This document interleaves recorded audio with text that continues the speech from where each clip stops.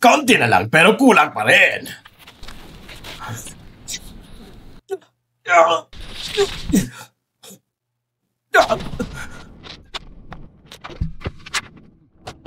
Sa bawat suntok, kulang ng konting tiyaga.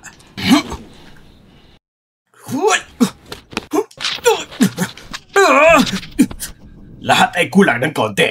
Sa ganyang antas mo, mamamatay ka sa entablado. Ibigay mo ang lakas sa bawat suntok.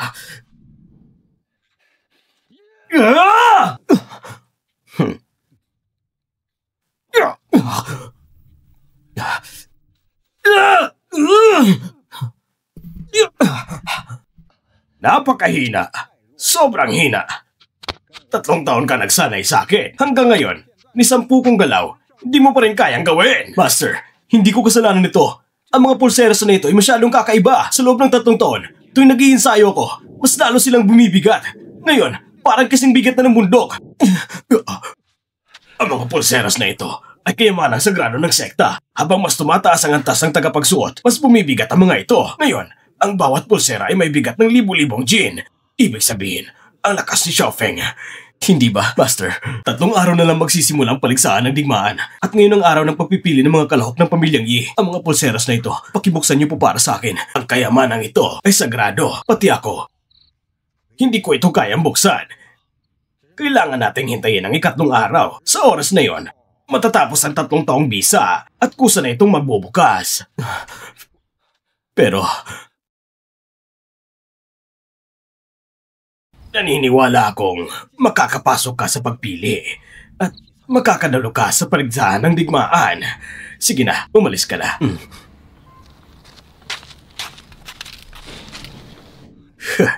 Batang mangmang. Si Xiaofeng ay may suot na pulseras ng dugong jade. Ang kanyang lakas ay nabawasan ng 79%, pero kaya pa rin niyang umabot sa ganitong antas. Pumunta kagad sa pamilyang Yi at ihatid ang imbitasyon sa paligsahan ng digmaan. Siguraduhin mong makasali si Xiaofeng sa paligsahan. Ang paligsahan ng Wudang ay ang pinakamalaking okasyon sa timog ng kaharian. Pinagsasama nito ang mga batang mandirigmang pinakamahusay. Sino mang makakuha ng ranggo ay maaaring sumikat sa buong mundo. At kung makuha niyo ang unang pwesto, makakapasok ka sa sekta ng Xuanmen at may pag-asang umangat sa mataas na antas. Sino ngayon ang handang umakyat at sumali sa pagpipili? Sasali kayo sa paligsahan ng digmaan upang ipakita ang lakas ng ating Handa ako! Handa ako!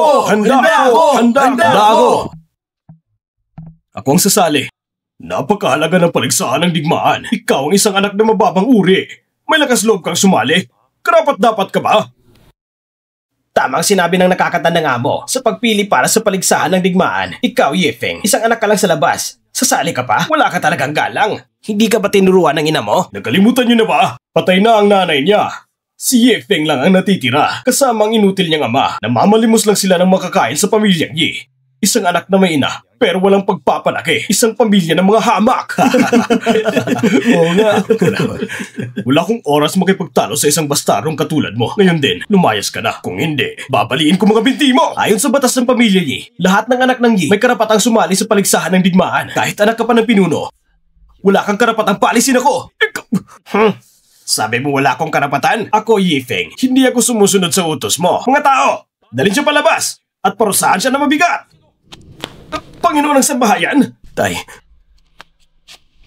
Panginoon, nakaganda ng amo. Si Xiaofeng ay bata pa at walang muwang. Kayo po mga kagalang-galang. Huwag niyo po sanang palakihin pa ito. Aalisin ko na siya ngayon din. Xiaofeng, wala nang ina mo. Mahirap na ang kalagayan natin sa pamilyang Yi. Ang paligsahan ng digmaan ay hindi para sa tulad mo. Halika, ako rin na Yi. Bakit hindi ko pwedeng sumali? Dahil isa kang anak sa labas. Ayon sa batas ng mga ninuno ng Yi, ang mga tulad mo ay pinagbabawal matuto ng sining ng Yi. Ikaw ang walang silbi, hindi marunong ng kahit anong martial art, hindi ka kabilang sa pagpili. Kung marunong man ako o hindi, malalaman mo kapag sinubukan mo. Tama ba ang narinig ko? Gusto mo ba talaga akong hamunin? Hindi. Xiaofeng, huwag kang padalos-dalos. May malaking tsansa na manalo siya sa paligsahan ng digmaan. Kung hahamunin mo siya, para kang lumalakad papunta sa kamatayan. Sabi ni inay bago siya mamatay, dapat tayo maging matatag. Pero sa mga taong lumipas, Anong ginawa mo? Yumuyo ko ka palagi. Tinalikuran mo ang dangal natin. Kung hindi mo kain tumindig, ako nang gagawa. Nako, ang pulseras, napakabigat.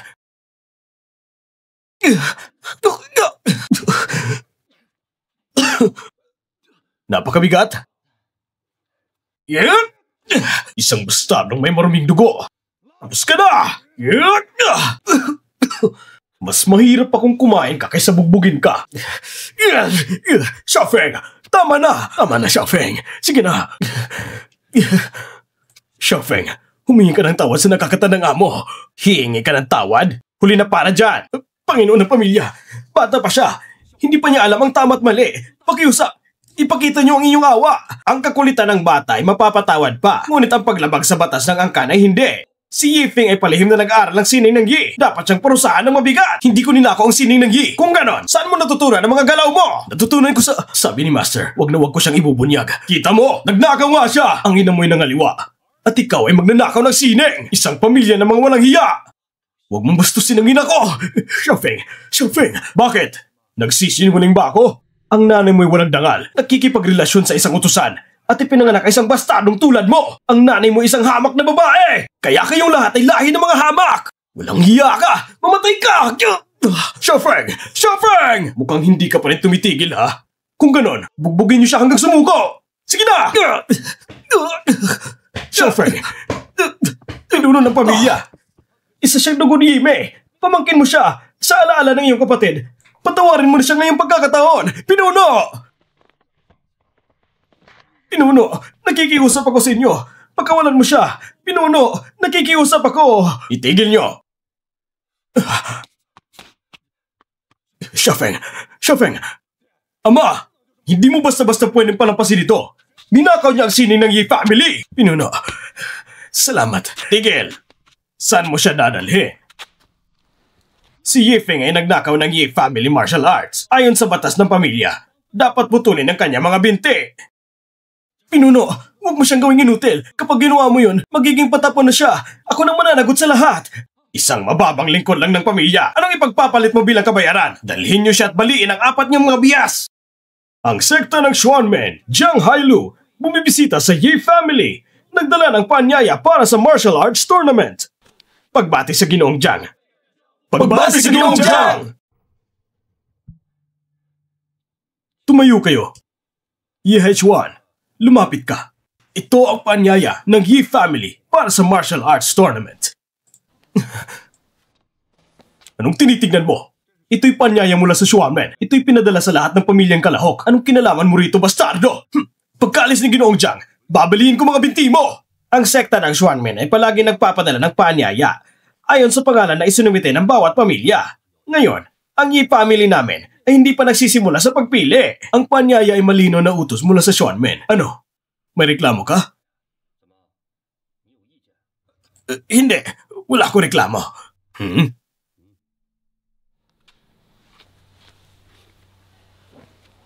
Ano? Bakit ganito ang nangyari? Yifeng, ang Xuanmen ay nagpadala ng imbitasyon kay Yifeng para sumali sa martial arts tournament? Imposible yan!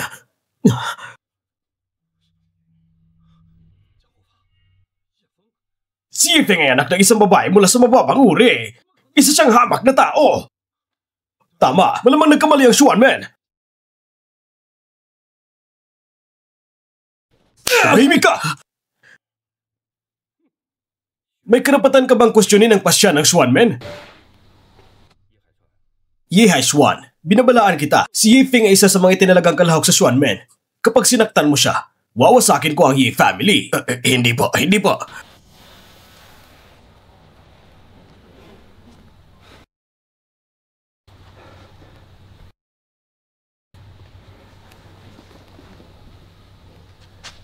Ito ba'y plano ng aking guro? Na siya mismo nag-utos sa Xuanmen na magpadala ng imbitasyon? Sino nga ba talaga siya? Ama, anong gagawin natin ngayon? Hindi natin pwedeng hayaang sumali si Yifeng sa paligsahan. Ipapahiya lang niyang pamilya Yi natin. Yifeng, kahit ano pa man ang dahilan kung bakit ka naimbitahan sa martial arts tournament, isa ka pa rin sa lahi ng Yi family. Kay saklaw ng ating mga batas. Ngunit sabi ni Jiang Hufa kanina, hindi niyo ko pwedeng saktan. Tama, hindi ka pwedeng saktan. Pero hindi niya sinabi na bawal ka ikulong. Simula ngayon, ikulong siya sa silid kahoy. Pagkatapos ng paligsahan, Saka na natin putulin ang kanyang mga binti. Magandang ideyang ikulong si Yifeng para hindi niya mapahiya ang Yi family sa paligsahan. Mga tao, dalhin si Yifeng sa kulungan!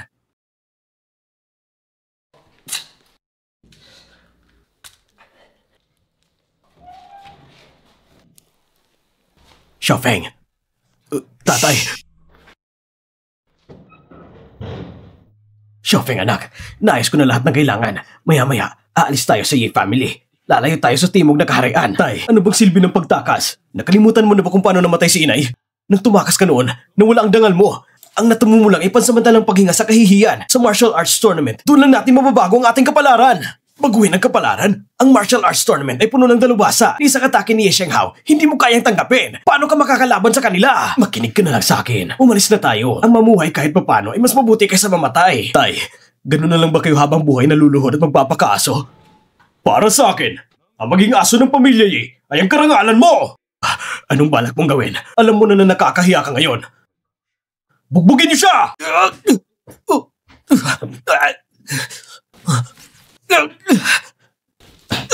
Yifeng, amang sinabi ng ama mo, kayo ng tatay mong hampas lupa ay parang aso ng pamilya Yi. Ang mga asong hindi marunong sumunod ay dapat parusahan! Huwag na huwag mo siyang sasaktan. Kung gusto mong manakit, ako na lang!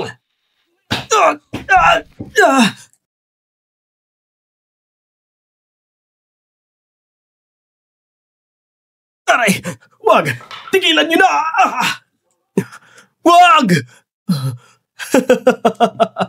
Isang babaeng walang dangal at taksil sa sariling pamilya. Karapat dapat ka bang magkaroon ng altar? Ye Shenhao! Alisin mong paa mo dyan! Sige, aalisin ko ngayon din.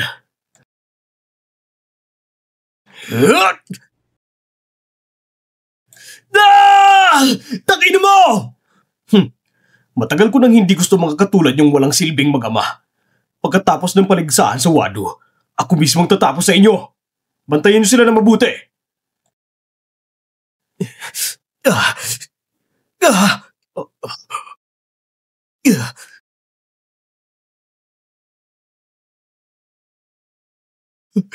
Bakit? Kasalanan ko lahat. Hindi ko kayo naprotektahan. Kaya noon, hindi ko naprotektahan ang anak ko. Kasalanan ko lahat ito. Tay, hindi mo ito kasalanan. Wala naman tayong ginawang masama sa kahit kanino. Pero may mga taong gustong tapakan tayo. Kahit ang alaala ni Inay, kinuha ni Ye Shenhao ang hayop na yon.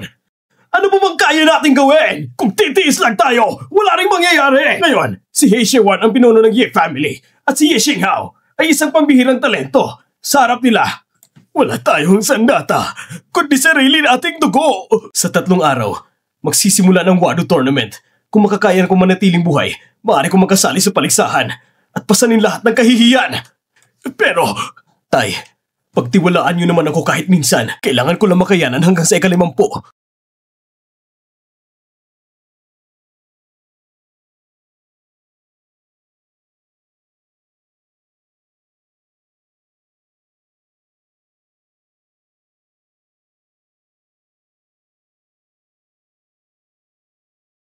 Pagbati kay Matandang Du. Matandang Du.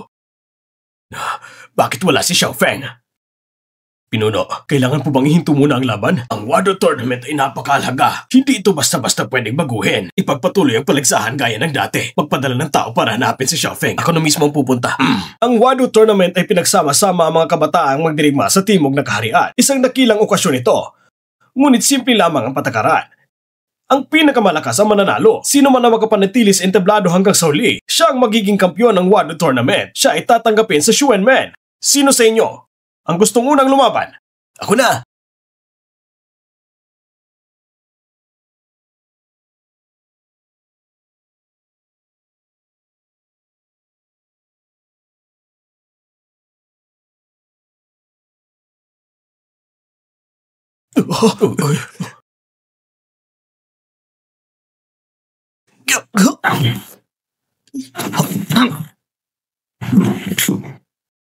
Isang grupo ng mga inutil.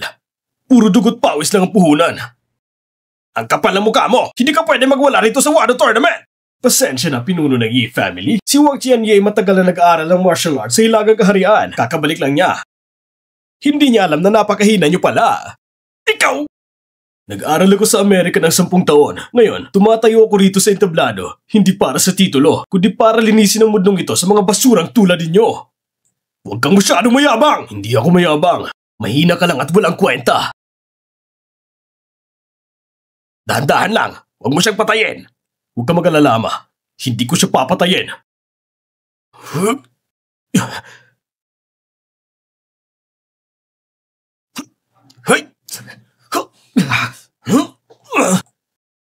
Ito bang tinatawag niyong unang henyo sa Jiangsheng? Hindi rin naman pala ganun kagaling. Paano nangyari yon? Bakit hindi pwede mangyari? Si Wang Tianye nagtagal ng 10 taon sa Hilagang Kaharian at tinalo niya ang lahat ng mandirigma noon. Mahigit 10 dalubhasang mandirigma ang napatay niya sa laban, kung hindi lang dahil sa Wado Tournament ngayon. Ang tinatawag niyong unang henyo sa Jiangsheng, hindi man lang makalapit sa kanya. May kalahating oras pa ako bago matapos ang oras ng insenso. Malapit nang umabot ng 50. Bakit hindi sabay-sabay na lang tayong lumaban? Tapusin na natin agad. Tumigil ka!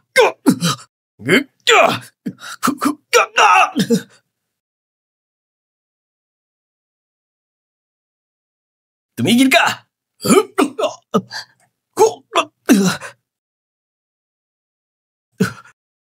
Anong ginagawa mo dito? Sumama ka sa akin.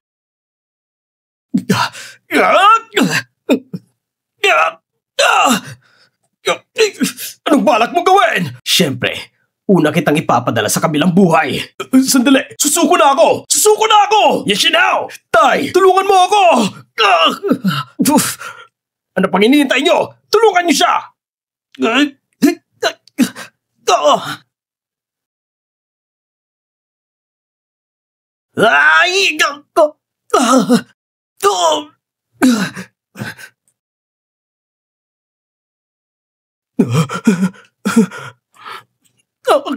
Punong Ye, bakit parang aso ang anak mo? Gusto mo ba talaga mamatay?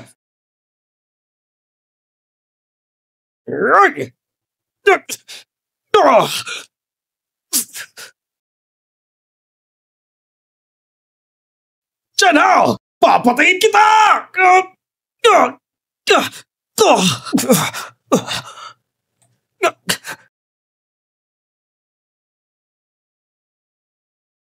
Halika! Tignan mong tatay mo.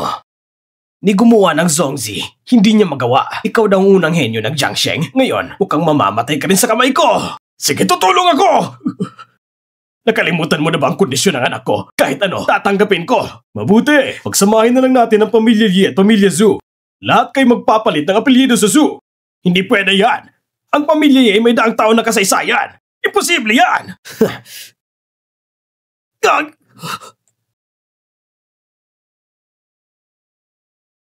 Chenao! Tay, tulungan mo ako. Ayok, mamatay. Sumuko o mamatay. Pumili ka. Ginoong Liu, si Su Tianye ay napakabagsik. Hindi mo ba siya pipigilan? Sa ibabaw ng entablado, ang buhay at kamatayan ay walang pinipili. Basta't pasok sa mga patakaran. Kung kulang ka sa galing, kahit magmamakaawa ka. Teka! Mga pinuno ng pamilya, sinong may lakas na loob na harapin si Su Tianye? Ang pamilya niya, handang ipusta ang buong kayamanan! Kung sino man ang mga has na umakyat, magiging ganito din ang kapalaran nyo. Wala! Tay, hindi ba't sinasadya ng langit na wasakin ng pamilya niya? Ako nang lalaban sa kanya.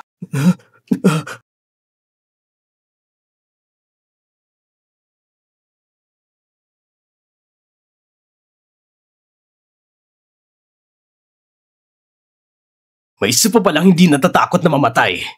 Si Jia Shunsu, paano niya nagawang mga has? Ang pamilya Ye parang tambakan ng basura. Kahit anong patapon ay naglalakas loob umakyat para mapahiya. Xiao Feng, mahina ang tatay mo. Hindi kita natulungan noon. Ngayon, hayaan mong tulungan kita. Wala akong iniinda. Tuyon Hai! Bumaba ka yan! Hindi ito isang intablato na basta-basta inaakyatan! Maaring hamakin mo ang isang anak, pero hindi mo dapat hamakin ang isang ama. Ikaw, Punong Yi, kayang lumuhod para sa anak mo. Ako naman, si Du Yunhai, kayang tumindig para sa anak ko.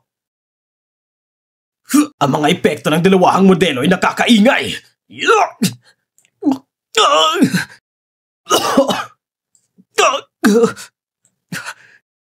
Tigilan mo yan! Tigilan mo yan! Nasa gitna pa tayo ng laban. Walang iistorbo.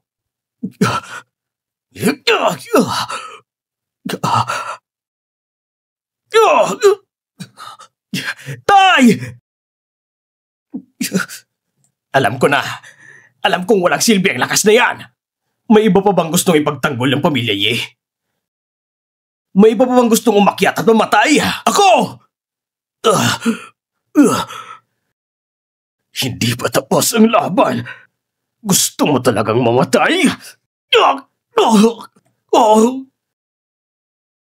Bitawan mo ako! Ay, umalis ka dyan! Umalis ka dyan! Hindi pa tapos ang oras. Imposible ito! Hindi ko akalaing kaya niyang magtiis ng ganito. Bakit niya pa pinipilit?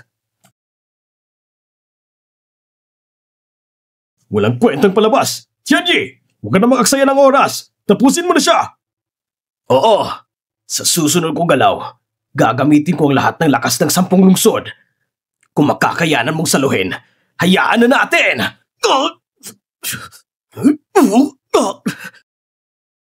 Tay! Kaya ko to. Tay, hindi ko nahahayaang apihin ka pa nila. Tay! Mamatay ka na!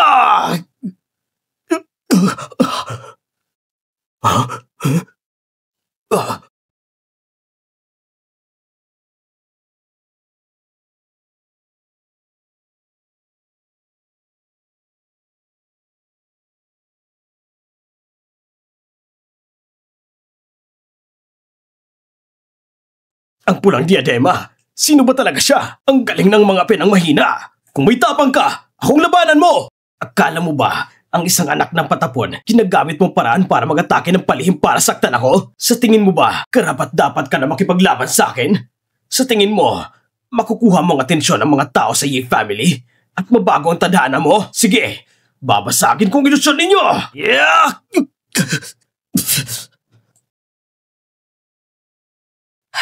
Ang isang suntok na ito ay may bigat na parang 1,000 kilo. Hindi ko akalaing 3 taon pa lang siya nagsasanay sa martial arts ay ganito nakalakas ang kakayahan niya. Ano ba naman yon? Si Xiaofeng ay talagang pambihirang talento sa martial arts. Dumaan siya sa maraming pagsubok. Kaya lalo siyang lumakas. 3 taon siyang pinipigilan ng Blood Jade Twin Bracelets. Ngayon, hindi na siya matitinag. Laban ulit!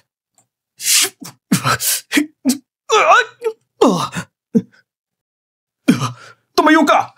Tumayo ka! Hindi ko akalaing ganun kalakas si Ye Feng. Ang pamilya Ye ay talagang puno ng mga talento. Nanalo ang anak ko! Nanalo ang anak ko! Tapos na ang laban. Bumalik na tayo sa Xuanmen. Ako mismo magmadaraas ng seremonya sa pagtanggap sa kanya bilang alagad. Ipapakilala ko siya sa buong mundo. Ama, tinalo ni Ye Feng si Zhu Tianyi. Nakuha niya ang unang pwesto. Ibig sabihin ba nito, ibibigay natin lahat ng ari-arian sa kanya? Nakakatandang do. Tinalo na ng anak ko si Zhu Tianyi. Kung wala nang susunod na laban, maaari bang ipahayag na nakuha niya ang unang pwesto? Ipinapahayag ko ang unang pwesto sa martial arts tournament. Hindi ito batas! Nakakatandang do, si Ye Feng ay umatake habang hindi nakahanda ang tao ko. Karapat-dapat ba ganitong tao na maging kampyonato? Nakakatandang do, ang anak ko ay tumulong lang para iligtas ako. Ikaw ng aso! Nakakatandang do, si Ye Feng ay umatake ng hindi patas. Hahamunin ko siya. Kung siya ang mananalo, ibibigay ko sa kanya ang titulo ng una. Pero kung siya ay matalo, ang unang pwesto ay mapupunta sa anak kong si Tianyi. Ano, kanina, nung ginamit mo ang tusong paraan, ang taas ng kumpiyansa mo, ngayon na totoong laban na, natatakot ka na? Ha? Umaatras ka na agad? Ye Feng, ang ina mo'y nangaliwa at ginamit na rin ng ganitong maruming paraan para maagaw ang unang pwesto sa martial arts tournament. Talaga magkapamilya kayo, pare-parehong walang hiya. Gusto mo lang naman makipaglaban sa akin, di ba? Sige, umakyat ka sa entablado. Lalabanan kita. Sige! Ngayong araw, dudurugin kita hanggang maging abo. Ang unang pwesto sa paligsahan na ito ay dapat pupunta sa pamilya Zhu.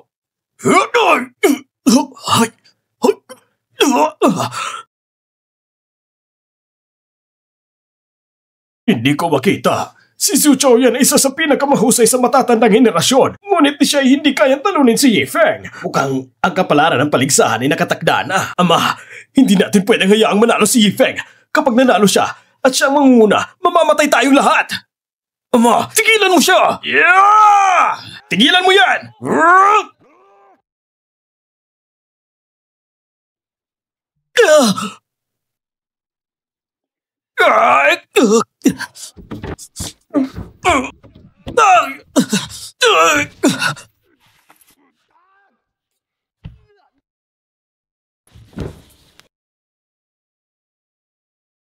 Yefeng! Yefeng! Anak ko! Yefeng! Si Yefeng ang nagligtas kay Yi Xinhao at nagligtas sa Yi family ninyo! Bakit niyo siya pinagtaksilan? Bakit niyo siya gusto saktan? Dahil anak siya ng isang taksil! Hindi ako papayag! Hindi ko hahayaan ng isang anak sa labas ang magmana ng Yi family at tapakan kami sa ulo! Nakakatanda, si Yefeng ay tinraidor. Sino na ngayon ang kukuha sa unang pwesto? Si Yi Haishuan ay nandaya sa laban. Dapat siyang patawan ng parusahan sa kamatayan! Ngunit sa totoo lang, natalo din si Yefeng. Yefeng, nakita mo na? Akala mo ba sa pamamagitan ng maruming paraan, maaangkin mo ang unang pwesto sa torneo? Sinasabi ko sa iyo, ang may tunay na kakayahan lang ang karapat-dapat. Ako lang ang nararapat para rito! Zhou Tianyi, ang yabang mo! Labanan mo ako ng patas! Yefeng, tama na. Nasugatan ka na ng husto. Kung lalaban ka pa, mamamatay ka na. Umalis na tayo. Umalis na tayo! Yefeng! Ang ama ko ay umatake ng palihim kay Yefeng. Isang kasalanang dapat hatulan ng kamatayan. Pero si Yefeng, umatake ng palihim kay Zhu Xiao. Hindi ba dapat parusahan siya? Nakakatanong do, si Yefeng ay napabigla-bigla lang dahil gusto niya magligtas ng tao. Patawarin mo na siya. Ang mga patakaran ay patakaran. Kung lahat ay lalabag dito, ano pang silbi ng martial arts tournament? Saan mapupunta ang dangal ng Xuanmen? Kakatanang do, pakiusap. Magpataw ka ng hatol. Nakakatanang do, magpataw ka ng parusa. Magpataw ka ng parusa! Nakakatanang to! Hindi pwedeng sirain ang patakaran. Si Yefeng ay umatake ng palihim sa kalahok. Ang ganitong pagkilos ay dapat parusahan ng kamatayan. Ngunit dahil sa kabataan at hangarin niyang magligtas, ang parusa ay babaguhin. Aalisin ang kanyang kapangyarihan sa martial arts. Ano? Nakakatanang to! Patawarin mo siya! Maawa ka naman sa kanya! Anong gagawin niyo? Anong gagawin niyo? Yefeng, kahit magaling kang lumaban, ano ngayon? Isa ka pa ring aso sa paningin ko!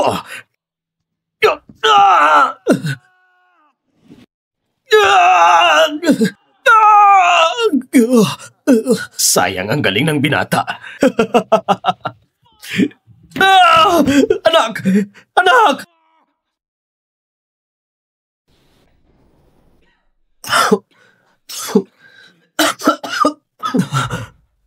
Xiaofeng! Xiaofeng! Anong nangyari? Nasaan ako? Xiaofeng, bagaman muling naidugtong ang mga manggagamot ang iyong mga ugat, ang iyong apat na mga paa at kamay ay wala nang magagawa. Hindi! Hindi! Xiaofeng! Xiaofeng! Harapin mo ang katotohanan. Wala na tayong magagawa. Hindi na natin mababago ang kapalaran. Hindi. May pag-asa pa tayo. Tay, sa mga taong ito, may tinuturing akong guro. Kapag natagpuan ko siya, may babalik kong lakas sa aking kamay at aking kakayahan sa martial arts. Bakit hindi mo pa rin maintindihan? Tanggapin na natin ang ating kapalaran.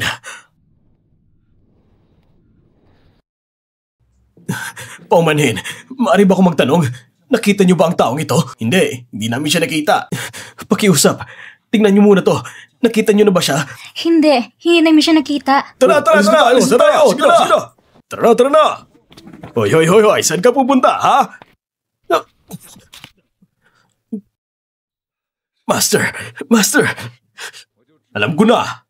Ang isang anak ng alipin na natutong mandirigma at nagkaroon ng basbas ng mga tagapagtanggol ng Xuanmen at siya pa mismo ang binigyan ng paanyaya sa martial arts tournament. Tsak na may kinilaman ng mga tao ng Xuanmen.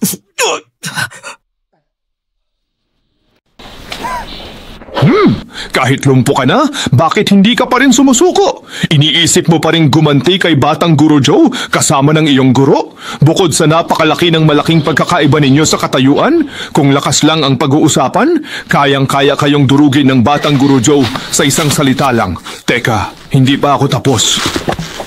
Sinabi ko ba na pwede ka nang umalis? Ang aking ama ay namatay dahil sa iyo, kaya ngayon tuturuan kita ng aral at gagantihan kita sa ginawa mo.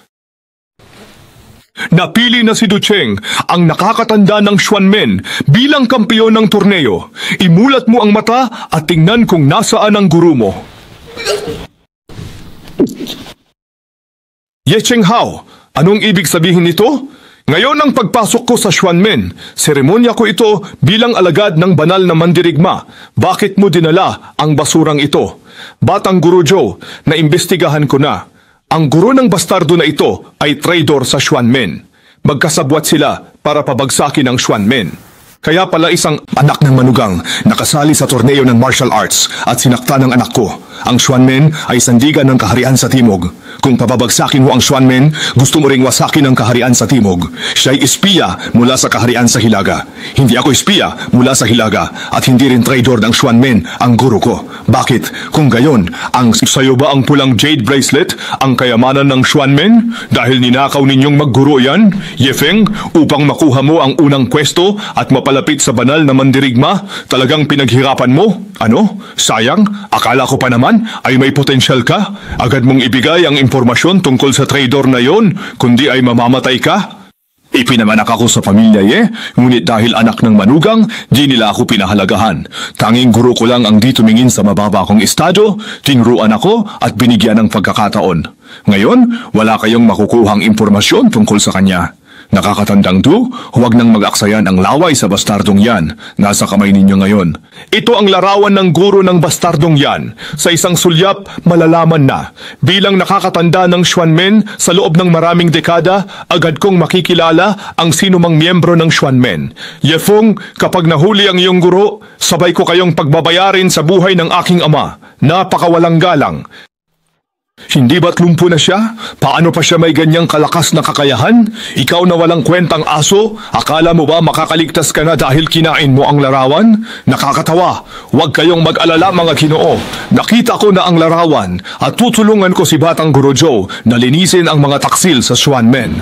At tungkol naman dito, sa asong walang silbi na iyan dahil wala na siyang saysay. Kaya Yefeng, sisimulan natin sa iyo. Pagbabayaran mo ang buhay ng aking ama. Yeah!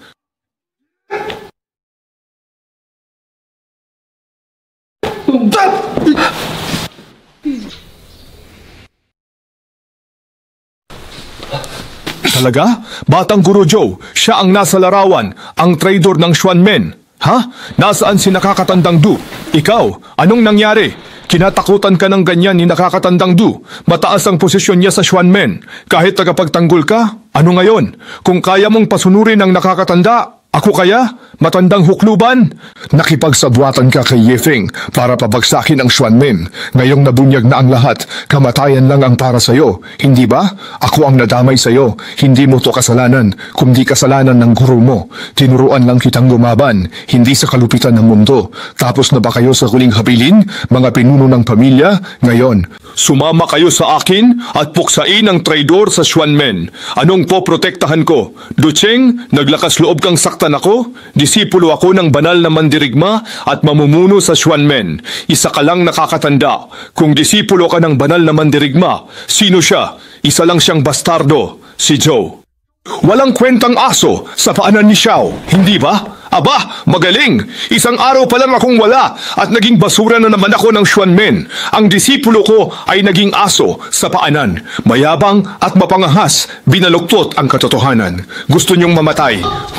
Para magdulot ng kaguluhan sa mundo. Byron, sino ka? Sa ganyang lakas, banal na mandirigma, nasugatan ng guro. Kamusta ang prinsipe? Dinaya ni Yefeng ang isang negosyante sa torneo ng martial arts. Ako ang numero 1 sa torneo, may karapatan akong maging disipulo ng banal na mandirigma. May karapatan akong maging tagapagmana ng Xuanmen.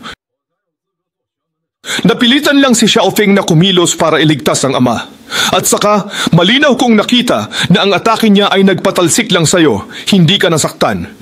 Ginoo, pwede mong protektahan ang disipulo mo, pero hindi mo mababago ang katotohanan. Nakita ng lahat ang nangyari noon, dahil may pagtatalo sa resulta, tayo na.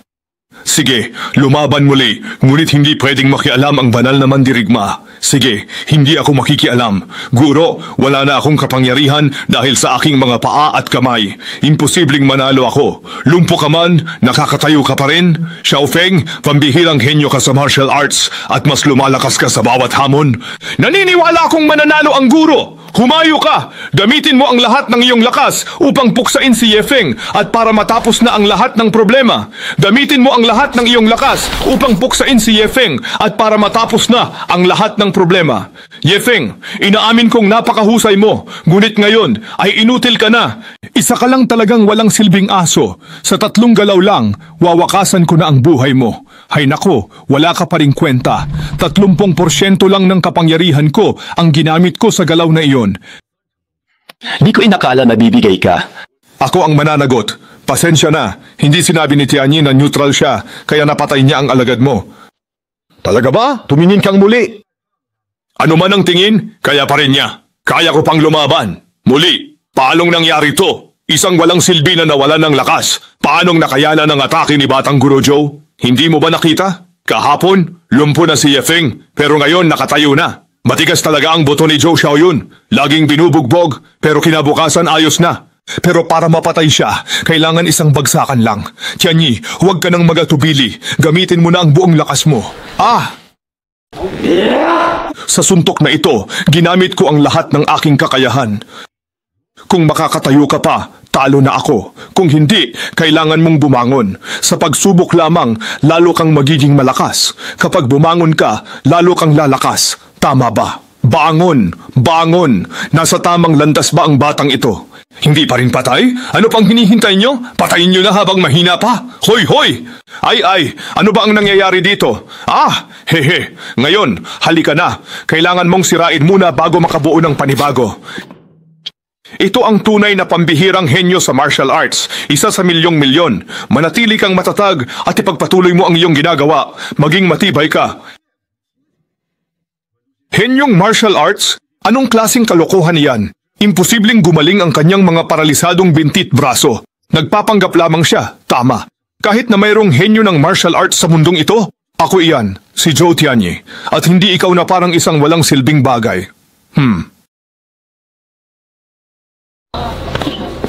Tianyi, si Batang Guro Joe ay hindi man lang nakatagal sa isang atake. Parang mas lumakas siya kaysa kahapon. Hindi ka ba kumbinsido noong nakaraang araw? Ngayon, lalaban tayong muli at tiyak na papatayin kita. Sa ganyang kahinang lakas, hindi pa yan sapat para kilitiin man lang ako. Ama! Guro, mag-ingat po kayo. Ingatan ninyo po siya. Humihingi po ako ng mainat na pagharap.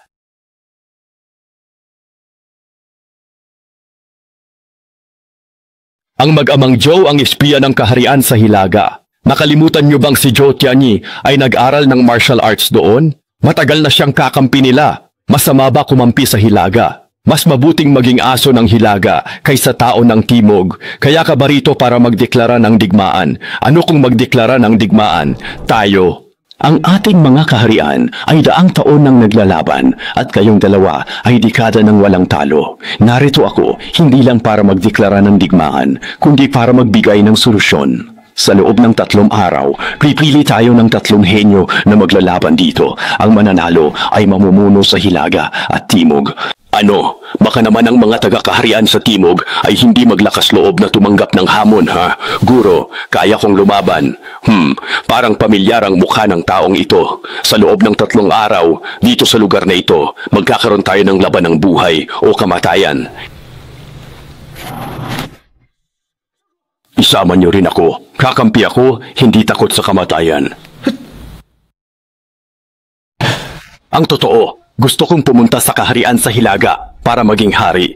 Isang traidor, mas mabuti pang mamatay. Malinis na ang lahat, kaya ituloy na natin ang piging para sa pagtanggap ng bagong alagad. Hindi ba? Kumuha ka ng tsaa. Huwag ka nang sumali sa labanan pagkatapos ng 3 araw. Bakit, Guro? Malaki ang inilakas ng aking kapangyarihan. Bakit ayaw ninyo akong isali? Dahil sa aking ama. Siya ay walang silbi. Ginugol ko ang napakaraming kayamanan.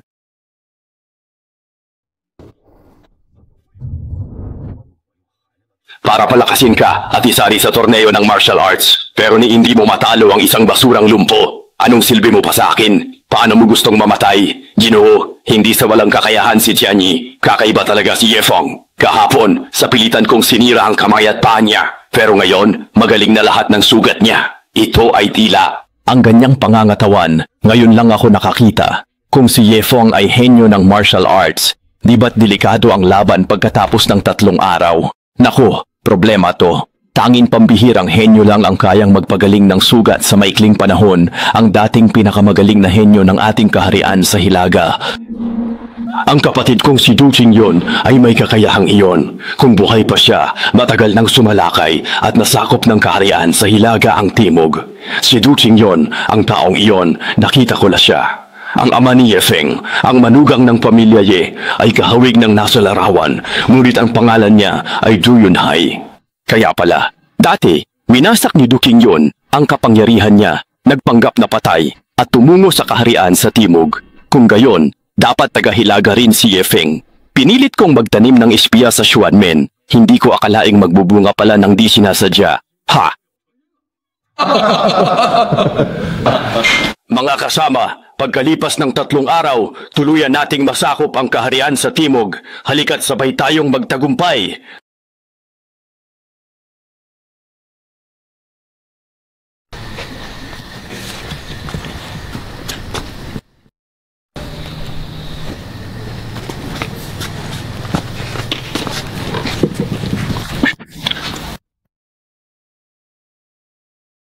Ang laban na ito'y para sa buhay at kamatayan. Mga taga-Timog, pirmahan niyo ang kasunduan at mamatay. Mayabang na taga-Hilaga, hindi pa tiyak ang kalalabasan. Hindi sa mayabang kami, pero masyado kayong mahina. Tama! Ang mga daga ng katimugang kaharian ay di kayang talunin ang aking anak. Hayaan ninyo akong linisin ang mga basurang ito. Traitor!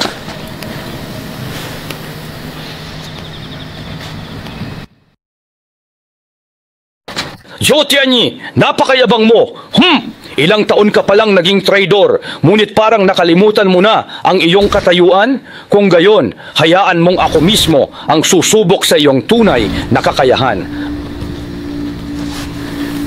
Bago ang kasunduan sa buhay at kamatayan, Zhou Tianyi, umakyat ka rito. Dahil sa iyo, nagkaroon ako ng maling akala tungkol sa batang guro. Ngayon, singilin na natin ang lahat ng bago at lumang kasalanan mo. Isa kang taga-kaharian sa Timog. Kung nasaktan ka, umalis ka dyan at tumabi. Hayaan mo akong harapin siya. Hayaan mo akong harapin ka.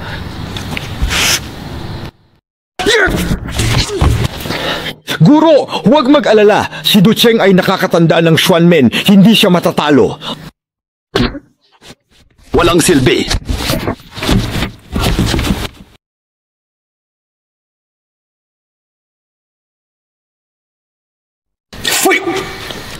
Akala ko malakas ang Hilaga, ganyan lang pala.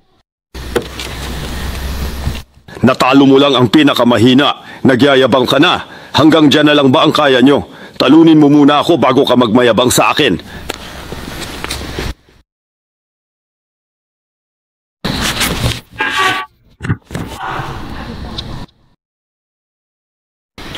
Guro, may kakaiba sa taong ito. Isa siyang misteryo. Ang suntok ni nakakatandang Du ay may lakas ng 1,000 kilo. Kahit tigre o lobo, bumagsak sa isang suntok. Ngunit hindi siya natinag kahit pa ay di gumalaw. Ilang taon na ang nakalipas, may balita mula sa Hilagang Kaharian na nakagawa sila ng isang tableta na kayang magpataas ng lakas. Ito na kaya yon?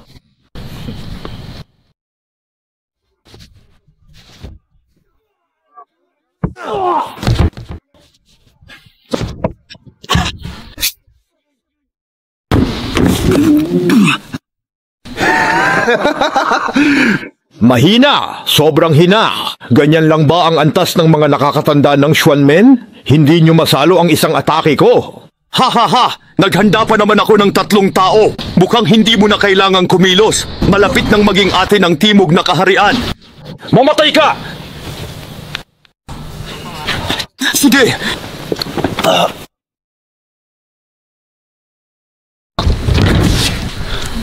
Hindi ka rin pala magaling, ha? Talaga ba? Ha? Ano ito? Ano itong kakaibang nangyayari? Pasiglahin ang mga acupoint upang ganap na tunawin ang bisa ng gamot sa loob ng katawan. Halika, huwag kang mag-alinlangan. Kumilos ka na agad.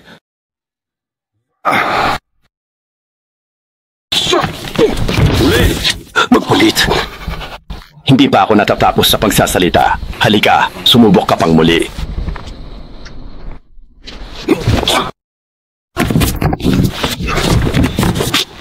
Giri! Ako na lang. Huwag kang mag-alala, may mas magagaling pa sa Xuanmen. Guro, kakaiba ang diskarte ng kaharian sa Hilaga. Kahit pinakamalakas natin, walang sigurado. Hindi na tayo dapat matalo, kaya ako na. Mahal na guro.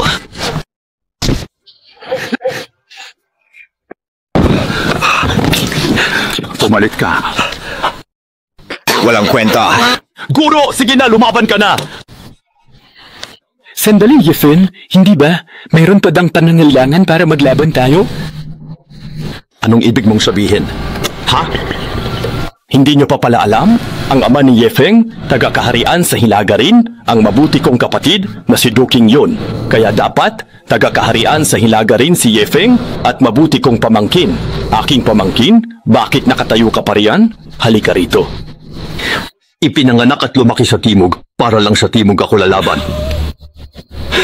Pamangkin, huwag ka nang magsalita. Lumapit ka at panalo na tayo sa laban. Makukuha natin ang buong kaharian sa Timog. Traidor! Manloloko! Aso! Hindi ko inakala na taga-Hilaga ang disipulo ng banal na mandirigma. Niloko niya tayo. Kaya pala nag-alok ng laban ang kaharian sa Hilaga. Matagal na nilang binalak ang lahat. Ito na ba ang katapusan ng kaharian sa Timog? Banal na mandirigma? Magsalita naman po kayo. Naniniwala akong gagawin ng alagad ko ang tamang desisyon. Yefeng, nakikita mo ba? Ang mga taong pinoprotektahan mo ng husto ay hindi naniniwala sa iyo. Halika na at magkasama nating pamunuan ang mundo. Bumalik kayo, Batang Guro. Bumalik ka, Batang Guro! Yefeng, tingnan mo. Sa kaharian sa Timog, kinasusuklaman ka. Pero dito sa kaharian sa Hilaga, ikaw ay higit sa lahat. Ano kung kinasusuklaman? Ipinanganak ako at dito ang tahanan ko sa kaharian sa Timog. Ngayon, nalaban ako para sa kaharian sa Timog. Wala kang utang na loob, kasing tanga ng ama mo. Mandirigma, ihatid siya sa hantungan. Yefeng, ikaw ay batang buro ng Hilaga, pero naging aso ka ng Timog. Ngayon, pagbibigyan kita.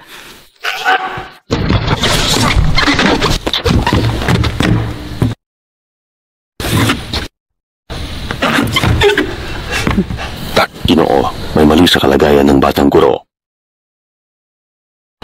Ang katawan ni Yefeng ay natatangi at lalo siyang lumalakas habang lumalaban. Hindi siya dapat matalo ng Bloody Hand. Bakit nga ba nasugatan si Yefeng? Hindi na kailangang sabihin, halatang nagpapanggap lang si Yefeng. Hindi natin siya kalahi, iba ang puso niya. Pumanig na siya sa Hilaga, wala siyang karapatan. Manahimik, kung pumanig si Yefeng sa Hilaga, magpapanggap pa ba siya? Uy, Yasong, parang hindi tama ang taong yan. Yunanan mong mag-inat.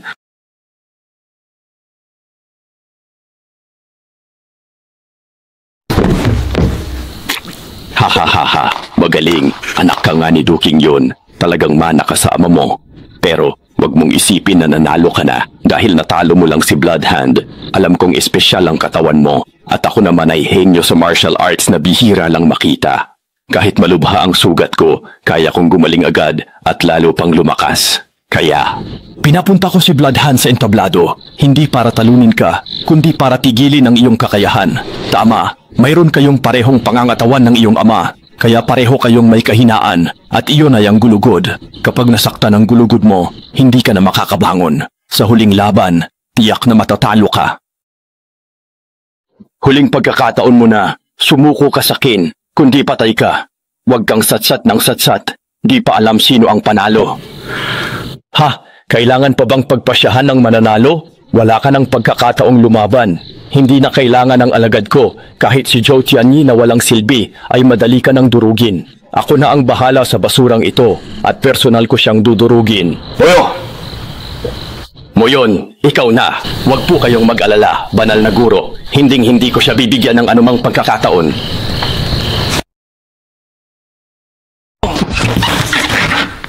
May mali sa batang guro. Totoo ba sinabi ng banal na mandirigma ng kaharian sa Hilaga na nasira ang talento niya?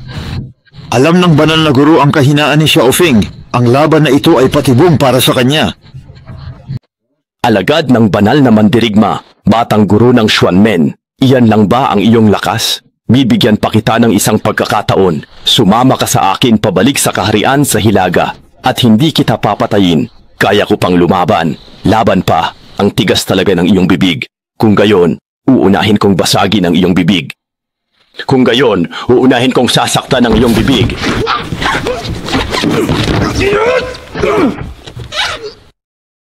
Matagal ko nang sinabi na kayong mga taga-kaharian sa Timog ay mahihina. Ikaw at kayong lahat ay magiging mga aso sa aking paanan, maaga o huli. Kami, mga taga-kaharian sa Timog, ay hindi mga talunan. May matibay na paninindigan.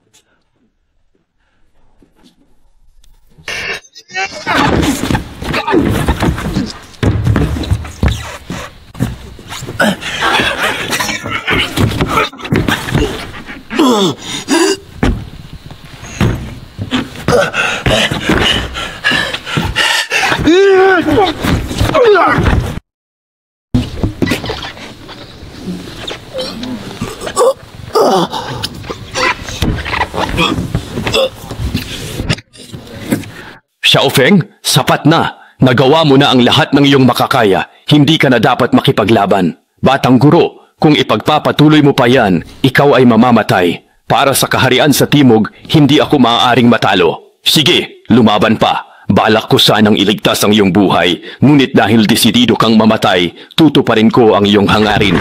Kayo? Mahal na batang guro. Ye Feng!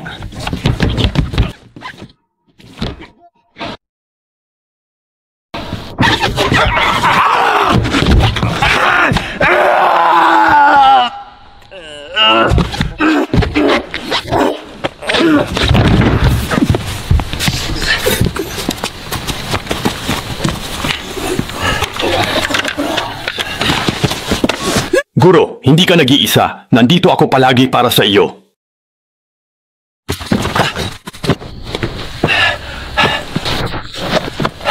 Ama, hindi kita binigo kailanman. Ye Feng, hindi talaga nagkamali ang iyong guro sa pagpili sa iyo.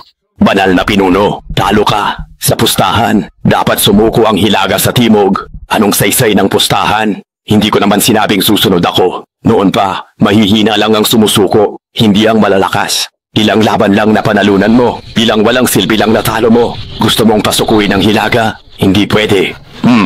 Wala kang salita, hindi ka ba takot na magsimula ng digmaan ng dalawang kaharian? Ngayon din ay papatayin ko na kayo. Ye Feng, ikaw at ang iyong ama ay parehong walang kwenta. Kung tayo lang sana ay nagtulungan, napagtagumpayan na sana natin ang buong mundo, ngunit sinira ninyo ang aking plano. Kaya, gagawin kitang walang silbi, tulad ng iyong ama. Ano ang ginawa mo sa aking ama? Ha, malalaman mo rin. MP. Nandito ako, kaya huwag kang maging mapangahas.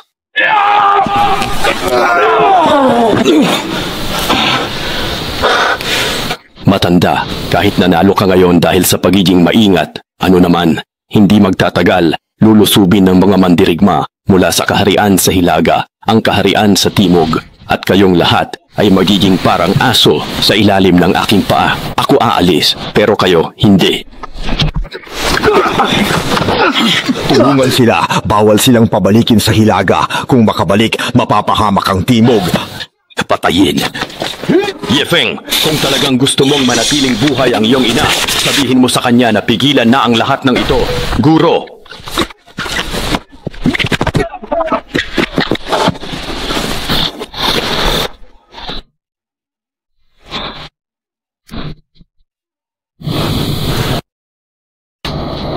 Guro, ang aking ina ay nabubuhay pa. Oo naman, buhay pa siya. At kung nais mong matagpuan ang iyong ina, pumunta ka rito sa aming hilagang kaharian.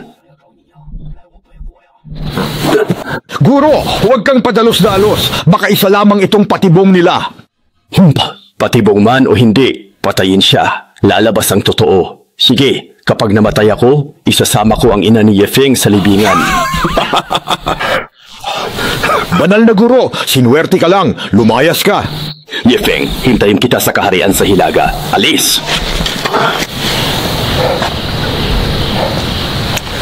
Xiaofeng, huwag padalos-dalos. Delikado sa Hilaga. Sugatan ka, apektado talento mo. Tiyak na mapapahamak ka roon. Ngunit guro, ang ina ko po ay buhay pa at kailangan ko siyang hanapin. Bakit? Bakit po, guro? Bakit hinayaan ninyo na mag-isa lang ang aking ina doon at magdusa? Xiaofeng, totoo bang noon pa man ay batid mo nang nasa kaharian sa Hilaga si inay? Talaga bang mulat ka nang naroon siya sa kaharian sa Hilaga sa mahabang panahon? Kung gayon, bakit hindi mo siya niligtas? Hahayaan mo lang ba siyang mag-isa at maghirap sa kaharian sa Hilaga? Ganun ba? Nilinlang ako ng banal na Panginoon, nawalan ng kapangyarihan at nasira ang talento. Sanggol ka pa noon, paano ko hahanapin ang nanay mo? Bakit di mo sinabi? Dahil hindi mo kalaban ng banal na Panginoon? Guro. Para mailigtas ang ina, isang paraan lang. Guro, may paraan ka. Meron! Anong ginagawa mo, guro? Sabi nga, walang pagtatayo kung walang pagkasira. Pilitin ang sarili para mabuksan ang Ren at Do Meridians at maging walang kapantay na dalubhasa. Guro, kakayanin ko pa. Sige pa, ipagpatuloy lang po. Sige. Teka, Ginoo, may pinsala si Xiaofeng at sira ang talento. Masyadong mapanganib buksan ang Ren at Do Meridians niya ngayon. Mamamatay siya. Isa ka ring mandirigma noon. Dapat alam mo na walang pagtatayo kung walang pagkasira. Kung gusto mo lang ng payapang buhay, bakit ka pa nagsasanay ng martial arts? Xiaofeng, gusto mo bang akyatin ang tuktok ng martial arts? O maging isang pangkaraniwang tao lang? Gusto kong akyatin ang tuktok ng martial arts. Iligtas si inay. Guro, sige. Bota ka!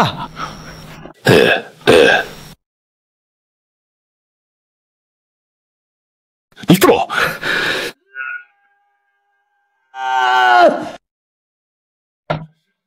Nabago na ang ugat at pundasyon mo at bukas na ang Ren at Do Meridians mo. Xiaofeng, nakatapak ka na sa rurok ng martial arts. Halika, susubukan ko na ang lakas mo.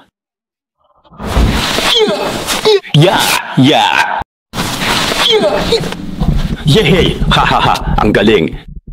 Henyong martial arts! Ngayon lang nabuksan ang Ren at Do Meridians mo. Nalampasan mo na ang lakas ko. Sa lakas na ito, pwede ka nang pumunta sa kaharian, sa Hilaga. Salamat, guro! Maghanda, agad tayong pupunta sa kaharian sa Hilaga bukas.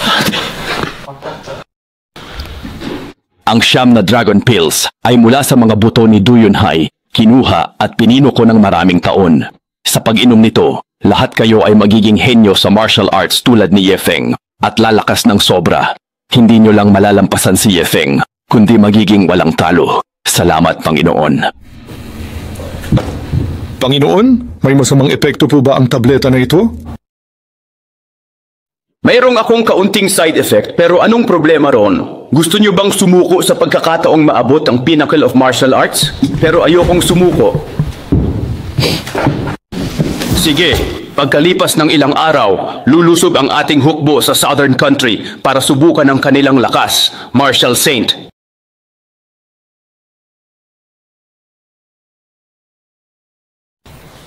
Nasaan ang pinuno? Lumabas siya. Ha!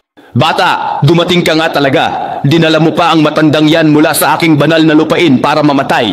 Nasaan ang nanay ko? Pangit na walang alam. Akala mo dahil nanalo ka sa Southern Country, ay pwede ka nang maghasik ng lagim dito sa Northern Country.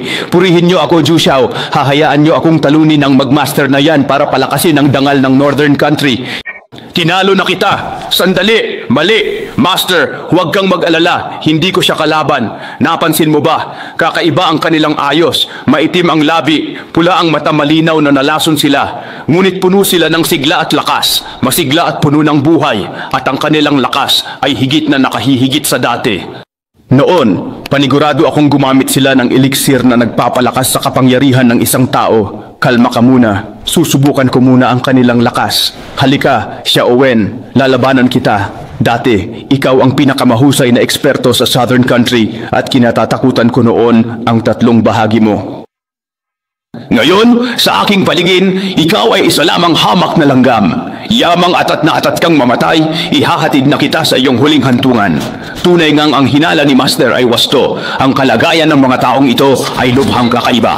Hey, hindi rin naman pala ganoon katindi ang kakayahan ng 5 martial saints ng Southern Country. Itay, ang 9 Dragon Pill na ito, tiyak na kayang gawing isang ordinaryong tao ang makarating sa pinnacle of martial arts at talunin pa ang 5 martial saint.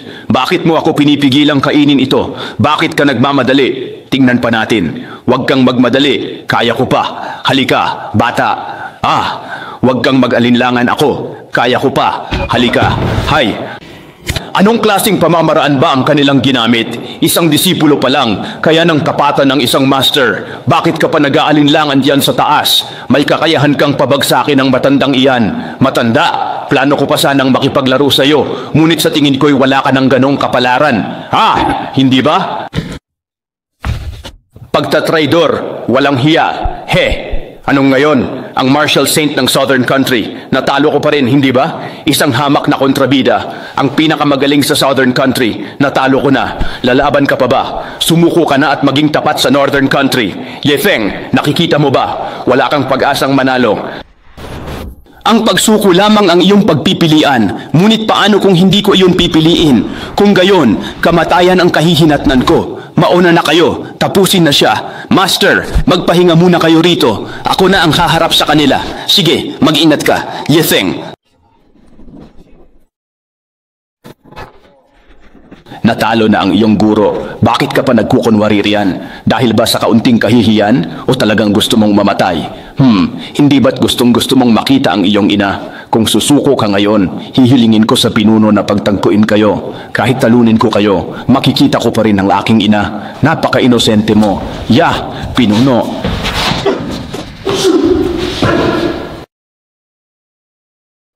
Pinuno, tila talagang bumuti ang lakas ng taong ito. Hindi kaya uminom din siya ng kung anong elixir?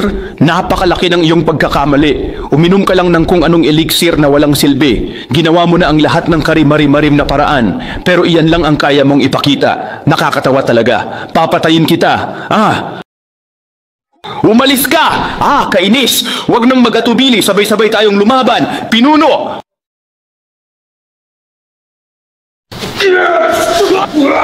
Mo yun, Ye Xiang, nagkataon lang ang pagkapanalo mo noon sa akin, pero ngayon, wala ka ng pagkakataong manalo. Hindi, sugurin mo siya, matandang demonyo, anong ginawa mo sa kanya? Paano siya biglang lumakas ng ganun kabilis? Ito ba talaga ang tunay na lakas ni Xiao Feng?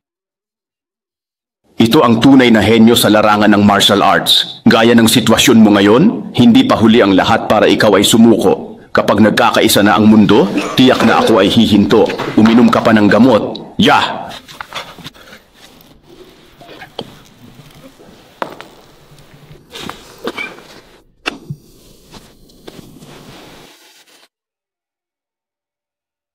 Xiaofeng, mag-ingat! Yefeng, alam mo ba to? 9 Dragon Pill to na nilikha ng banal na pinuno ng ilang taon. Nagbibigay ito sa mandirigma ng lakas ng isang henyo sa martial arts. Gusto mong malaman kung saan ito gawa? Mula sa bone structure ng tatay mo. Kapag natalo ka namin, ang sayo ang susunod.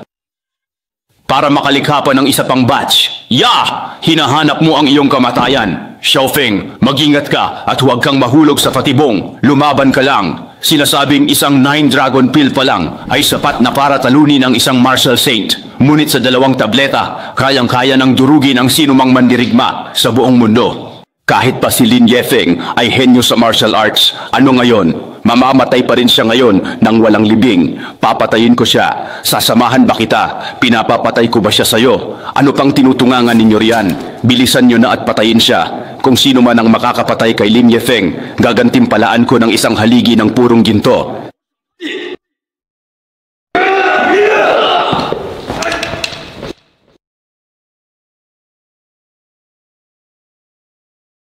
Hindi! Imposible! Gaano ka palang katagal nagsasanay?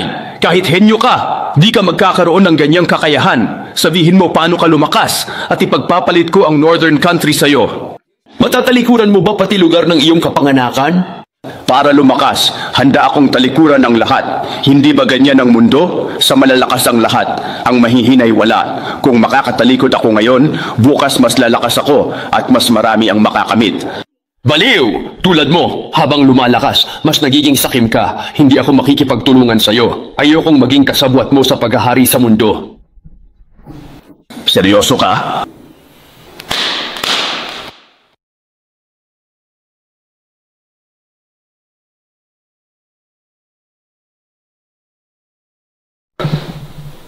Inay?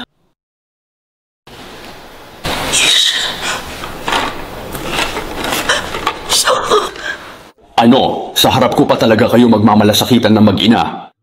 Nagpaalam ka ba sa akin? Ha? Yefeng, intindihin mo ang sitwasyon. Ang nanay mo, si Yan Mei, ay parang aso lang sa paanan ko ngayon. Kung gusto mo siyang iligtas, kailangan mo munang magpaalam sa akin. Sabi ko, ang ina ko, sige, lumuhod ka at sabihin mo sa akin ang paraan para lumakas at palalayain ko siya. Banal na Panginoon, ikaw ang numero 1 mandirigma ng Northern Country. Hindi ka ba nahihiya gumamit ng ina niya para manakot? Gusto kong maging pinakamalakas. Walang akong pakialam sa kahihiyan. Ang paraan para lumakas, ibibigay mo ba o hindi? Xiaofu, huwag kang magbibigay. Ang karangalan ng banal na Panginoon ay para sa lahat. Para lumakas, sinaktan niya ang iyong ama at ikinalat ang kalahati ng intensyon ng mundo. Kung lalo pa siyang magiging malakas. Manahimik ka. Mapapahamak ang buong mundo. Ilang beses ko bang sasabihin sa'yo, manahimik ka. Ako lang naman. Manahimik ka dyan.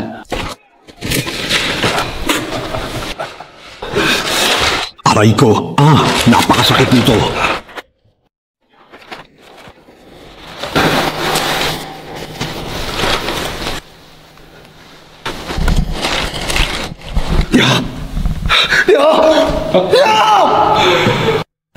Kawawa, 20 taon siyang naghintay pero hindi niya nakapiling ang anak. Ngayon, magkakahiwalay agad sila. Kagagawan niyo to. Ito ang sa mga lumalaban.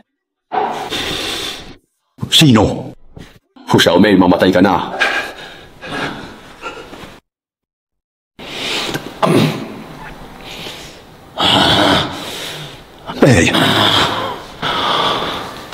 Tingnan natin kung sino ang maunang mamamatay. Hindi ito mangyayari sa aking kasalukuyang lakas at sa tulong ng 2 9 Dragon Pill, hindi kita matatalo. Siguradong kulang pa ang aking nakain. Oo, siguradong sigurado.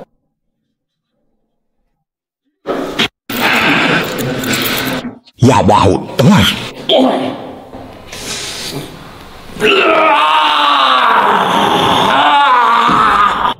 Mag-ingat ka, siya ay nawalan na ng sarili at nagwala. Kahit pa siya ang tunay na ako, kailangan pa rin siyang mamatay. Yefeng, sapat na ang tagal ng iyong buhay na may ganitong kadaming kakayahan. Ngayon na ang takdang oras ng iyong kamatayan. Hiya!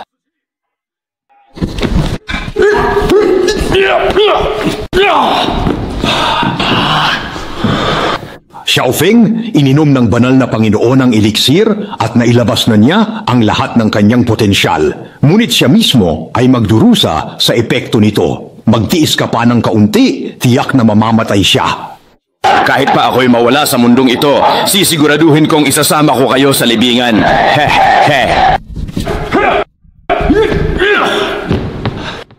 Xiaofeng, kumalma ka. Alam kong nais mong ipaghiganti ang iyong ina, subalit kung hindi matatag ang iyong isipan, hindi mo mailalabas ang iyong tunay na lakas.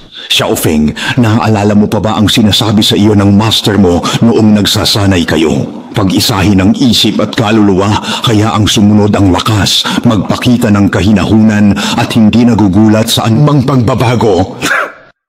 Nasa bingit ka na ng kamatayan, nag-aaral ka pa ng martial arts? Bakit kailangan mong magpakahirap? Hayaan mo akong kunin ang buhay mo. Pareho lang iyan, hindi ba? Ha? Isip at diwa ay magkaisa, enerhiya ay susunod. Hindi nagugulat sa anumang pagbabago. Hindi nagugulat sa anumang pagbabago. Hindi nagugulat sa anumang pagbabago. Dapat ba akong mamatay? Ha? Kung mananatili akong kalmado at hindi nagugulat sa anumang pagbabago, naiintindihan ko na. Ha? Hindi ako.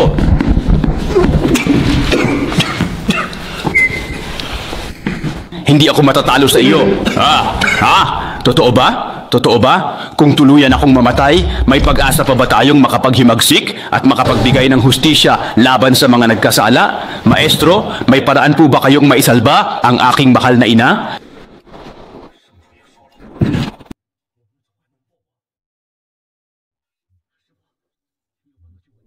Hayaan ninyong subukan ko. Oo, kumusta po kayo? O guro, huwag kayong mag-alala. May pag-asa pang mailigtas ang inyong ina, bagamat ang kanyang mga sugat ay malubha.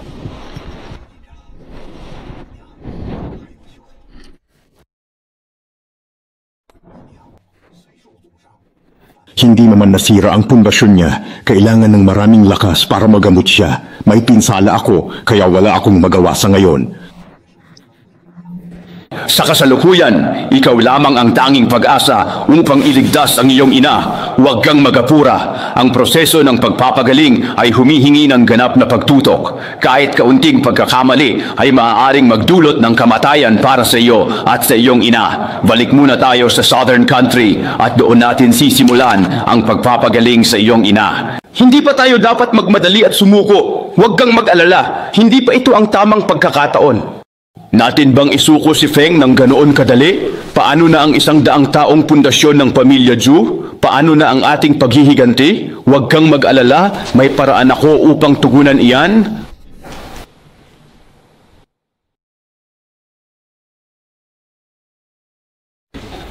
Oo nga, tama si Xiao Mei. Naalala ko na siya.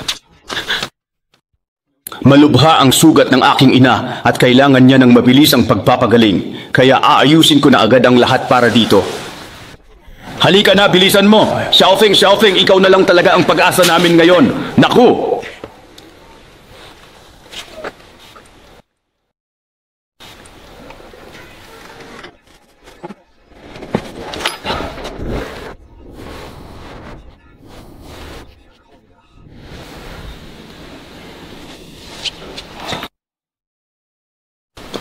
Si Xiaofeng ay lubos na nakatuon sa pagpapagaling kay Yamei. Ang proseso ay puno ng panganib, kaya ang iba ay patuloy na nagbabantay. Tingnan mo, magpahinga ka na rin dahil mukhang malubha rin ang iyong mga sugat. Namatay na ang banal na pinuno ng hilagang bansa. Mayroon pa bang makakapagbanta sa inyo ng batang master sa mundong ito? Mayroon pa ba? Aba, oo naman. Ang dalawang taksil na sina Zhou Tianyi at Zhou Chaoyun ay naglakas loob pang bumalik sa Southern Country para lang maghanap ng kanilang kamatayan. Mag-ingat kayo. Ha? Paanong nangyari ito? Iniisip pa ba ninyo na ako ang dating Zhou Tianyi? Yan ba si Zhou Tianyi na dati ay lubos na sumusunod? Ininom ko ang 9 Dragon Pill at nakamit ko na ang Pinnacle of Martial Arts. Ako ang magiging pinakamalakas sa buong mundo. Hindi pa rin ba kayo magsusuko? Aray!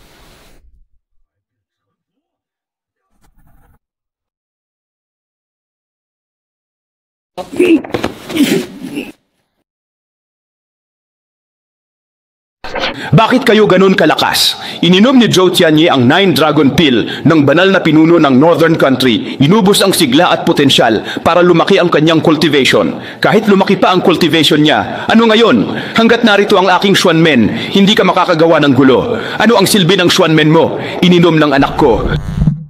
Matapos inumin ang 9 Dragon Pill, ang kanyang cultivation at lakas ay umabot na sa Pinnacle of Martial Arts. Sa buong Southern Country, tanging 2 martial saint lang ang makakatapat sa kanya. Isang martial saint at si Yefeng. Ngunit ang martial saint ay manubhang nasugatan na ngayon at si Yefeng ay hindi makakilos. Sino pa sa inyo makakalaban kay Tianyi? Ano ang inyong gagawin? Dahil sa bastardong si Yefeng, winasak ang pundasyon ng pamilya Zhou at kami ng aking ama ay naging parang daga na tumatawid sa kalsada. Narito ako upang maghiganti at ang buong pamilya Ye ay isasama ko. Gusto ko ang buong mundo. Imposible. Master, kayo. Ano tadang magagawa mo kundi magmatigas? Makakakilos ka ba? Leron, sa hirapan mo, papatayin ko ang master at kaibigan mo. Parang baranasan mo ang lahat ng sakit ko. Sa aking presensya, huwag ninyong asahang makakapanakit kayo ng sinuman. Sa mga lumipas na panahon, kung pagbabatayan ang batas ng Jianghu, ang iyong lakas ay higit pa sa akin noon at ikaw ay aking kinatatakutan. Subalit ngayon, isa ka lamang hamak na nilalang na madali kong madudurog. Ngunit bibigyan kita ng isang pagkakataon upang lisanin ang Xuanmen. Lumuhod ka sa harapan naming mag-ama. Sa hinaharap, kapag pinag-isa na ang Southern at Northern Country, gagawin kitang gobernador. Bakit? Gusto mong maging traidor tulad namin? Hindi iyan mangyayari. Mapanganib ka, naghahanap ka ng kamatayan. Mag-ingat ka. Ha!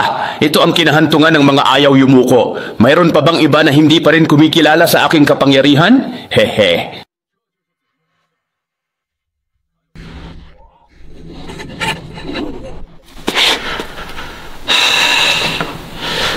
Kaming mga taga-Southern Country ay hinding-hindi pwedeng magpatalo sa isang traidor. Tadapagtanggol, huwag kang mag-alala, young master, dahil hanggat buhay ako, hinding-hindi ko hahayaan na guluhin ka ng magnanakaw na iyan. He, Zhou Tianyi, sige pa. Hindi ka marunong tumanaw ng utang na loob. Tian. Yi, bilisan mo at agad na tapusin ang pagpatay sa kanya.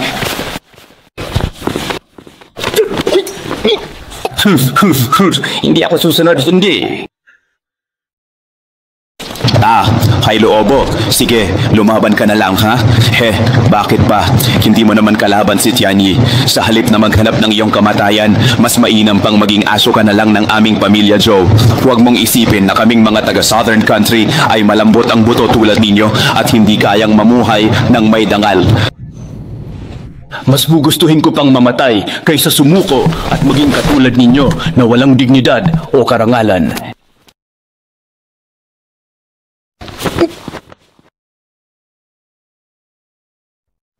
Ikaw, isa ka ring tagapagtanggol ng Xuanmen, handang ibuwis ang buhay para lang protektahan ang halimaw na si Yefeng. Sulit ba? Ang pagprotekta sa young master ay pagprotekta sa Southern Country. Siyempre, sulit. Sige.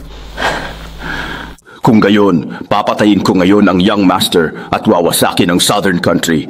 Pero sinabi ko na, hanggat nabubuhay ako, hindi ko hahayaang masunog mo ang araw na ito. Bitiwan mo. Bitiwan! Bitiwan! Huwag na huwag mong pitigilan. Bitiwan mo sila. Pakawalan mo sila.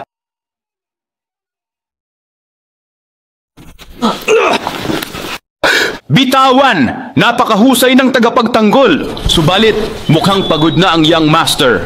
Humihingi ako ng paumanhin. Masyadong marahas ang aking naging atake at hindi ko sinasadyang mapinsala ko pala siya ng husto.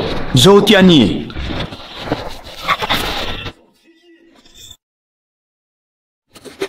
Huwag kang mapusok. Kapag may nangyari, pareho kayong mapapahamak ng iyong ina. Ngunit huwag kang mag-alala. Nandito ang iyong master. Hindi sila magtatagumpay. Lumapit ka. Gayunpaman, master, malubha ang iyong sugat. Hindi mo kayang labanan si Zhou Tianyi. Kahit nga ang kumilos ay hirap ka. Kung ganoon, kayo na lang. Huwag ka nang magpumilit at isuko mo na lang ang Southern Country. Huwag mong isipin na makakatakas ka sa akin. Talagang matigas ang ulo mo. Sino pa ba rito sa mga naririto ang may kakayahang pigilan ako? Itay, dati di ko kayo naprotektahan ng nanay mo, ngunit ngayon ay hindi. Yefeng, di ka makakakilos ngayon, kaya hahayaan kitang harapin ng walang silbi mong ama. Sa tingin mo kaya niya? Narinig ko sa Saint Lord ng Northern Country na si Zhu Yunhai ay dating dalubhasa, ngunit ngayon wala ka ng lakas at ang iyong martial arts ay walang silbi. na basura. Sa tingin mo mapipigilan mo ako? Anong pakialam kung nawala ang aking bone structure? Sino ang mananalo? Malalaman lang kapag lumaban na. Ha ha ha ha. Kailangan pa bang lumaban? Nakalimutan mo na ba noong tinapakan kita na parang aso? Hindi ba sapat na mapahiya ka sa harap ng anak mo? Kailangan pa sa harap ng asawa mo? Kahihiyan? Talagang gustong-gusto ninyong mag-ama na ipahiya ang inyong sarili at hayaan ng iba na yapakan kayo? Anak at ama nga naman, mga walang silbi, kayo'y mga traidor sa bayan at may mukha pa kayong pagsabihan ako. Nakakatawa. Tunay ngang hamak na nilalang. Ang lakas mo ay ni hindi man lang sapat para kilitiin ako. Kadiri ka pa. Ha ha ha ha. Duyunhay, ang buhay mo sa Southern Country ay masahol pa sa aso. Hanggang ngayon, inilalaan mo pa rin ang buhay mo para sa kanila. Ang baba mo. Hindi ako naglilingkod sa kahit sino. Nais ko lamang protektahan ang aking pamilya. Kaya mo ba silang protektahan? Dahil matigas ang iyong ulo at gusto mo akong pigilan, ihahatid na kita sa iyong katapusan. Tianyi, tama na ang laro. Tapusin mo na siya. Opo. Sinasabi mong masyado akong mahina dahil wala ka ng aptitude at lubusang nasira na ang iyong cultivation, wala kang ipinagkaiba sa isang ligaw na aso. Itay, naku, kaya ko pa. Ano pa bang kakayahan mo? Wala ka ng silbi.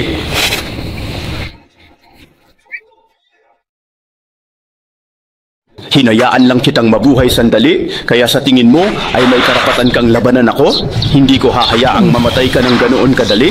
Hahayaan kong masaksihan ni Yefeng ang dahan-dahan mong pagkamatay upang malaman niya kung gaano siya kawalang silbi. Yefeng, tingnan mo ang iyong ama, parang aso na hawak-hawak ko sa aking mga kamay.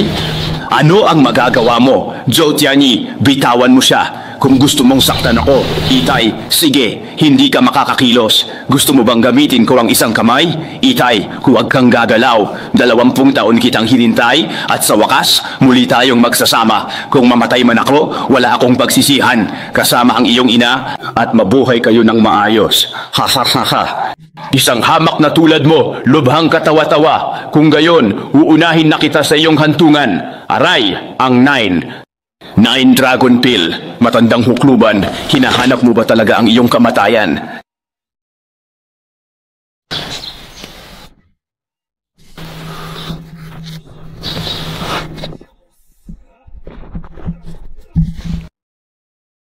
Matandang hindi mamatay-matay, ibalik mo sa akin ang 9 Dragon Pill. Hoy matanda, ibalik mo sa akin ang 9 Dragon Pill. Ang 9 Dragon Pill ay isang elixir na nilikha ng banal na pinuno ng Northern Country para sa kanyang mga ambisyon gamit ang aking aptitude. Ganito. Anong kailangan mo? Ito ay elixir na mula sa aking aptitude. Kaya nararapat lang na kung saan ito nagmula, doon din ito mawawasak. Itay, huwag kang magpadalos-dalos. Ang pag-inom ng 9 Dragon Pill ay magpapataas ng iyong lakas. Ngunit pagkatapos nito, mamamatay ka. Para sa iyo at sa iyong ina, ano ang halaga kung ako'y mamatay? Itay. Narinig ko, Master. Naiintindihan ko.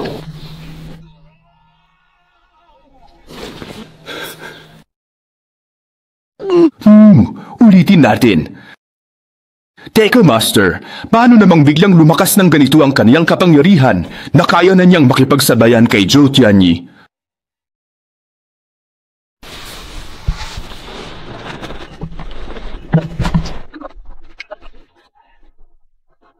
Ang 9 Dragon Pill ay may kakayahang buhayin ang lahat ng sigla, buhay at potensyal ng isang mandirigma at gawing cultivation. Kung mas malaki ang cultivation na inilalabas ng inyong ama, mas maikli ang buhay na mawawala sa kanya. Itay, tama na po yan. Kapag nagpatuloy kayo sa paglaban, ikamamatay nyo yan. Ito. Saan pa ba ito hahantong? Ang ama mo ay dati ring isang henyo. Mag-ingat ka, nababaliw na si Duyunhay. Isang asong kalye lang ang nagwala, ngunit kahit ganun pa man, mamamatay ka pa rin.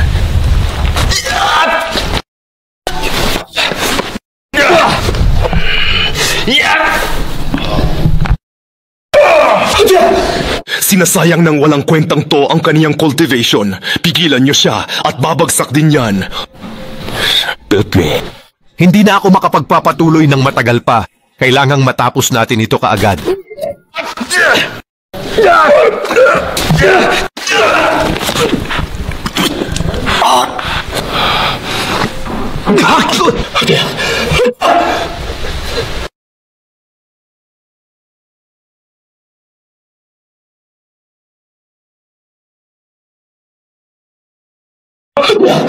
Nakikiusap ako sa inyo, maawa na kayo. Huwag na kayong mag-away, itigil ninyo na iyan. Halika rito, Yunhai.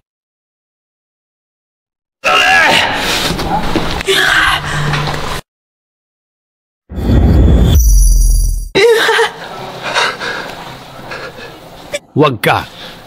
Xiaofeng, alagaan mong mabuti ang iyong ina.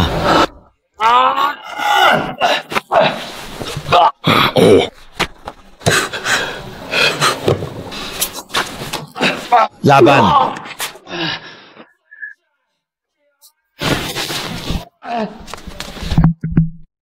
Dahil sa tigas ng ulo mo, papatayin na kita ngayon. Yunhai! Yunhai!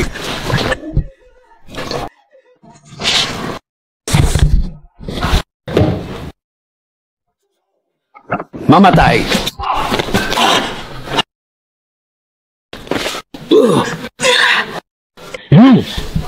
Butit makita kita. Yunhai! Yan! Qiu Tianyi, sisiguraduhin kong mamatay ka.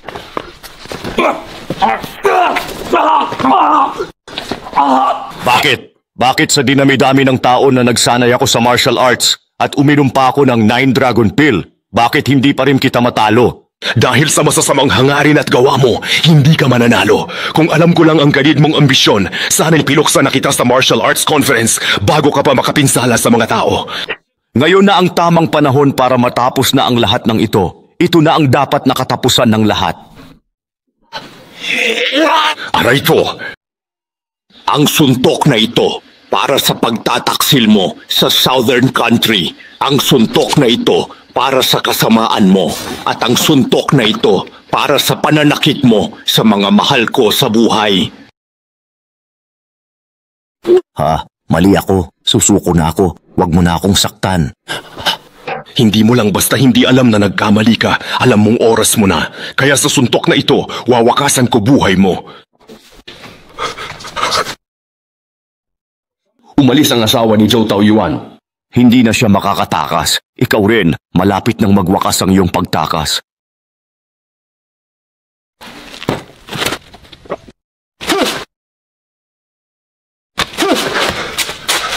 Huwag lumapit. Hawak ko pa ang 9 Dragon Pill. Huwag kang mamilit. Inumin mo ba yan para iligtas sarili mo? Iiwanan mo pa ang anak mo? Kakainin mo ba yan? Kamahalan, bigyan niyo po ako ng pagkakataon. Pakiusap. Di ka magbabago.